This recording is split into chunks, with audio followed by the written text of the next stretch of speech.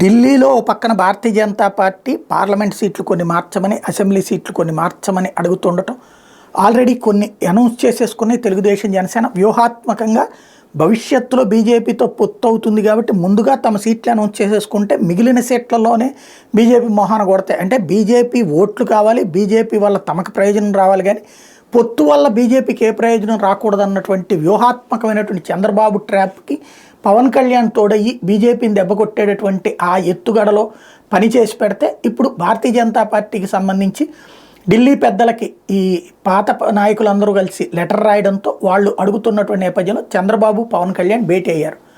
ఇక్కడ ఇంకా పవన్ కళ్యాణ్కి సంబంధించినటువంటి దాదాపుగా 15కు పైగా 14-15 మందియో అనౌన్స్ చేయాలి. అట్లాగే తెలుగుదేశం పార్టీ 16 ఎమ్మెల్యేలు అనౌన్స్ చేయాలా, ఇక్కడ 17, అక్కడ ఒక ఎంపీ అనౌన్స్ చేయాలి. ఈ అన్నిటికీ సంబంధించి ఇప్పుడు ఏమైనా మార్పు చేర్పుల గురించి కూర్చున్నారా, లేదు ప్రచారం గురించి కూర్చున్నారంటున్నారు. ప్రచారం గురించి అయితే కనుక అనుకుంటే సరిపోతుంది కదా, కింద పార్టీ నాయకులు చాలు కదా. బట్ ఏదో సంథింగ్ మీటింగ్ వెనకాల ఉంది, అదేంటనేది తెలియదు.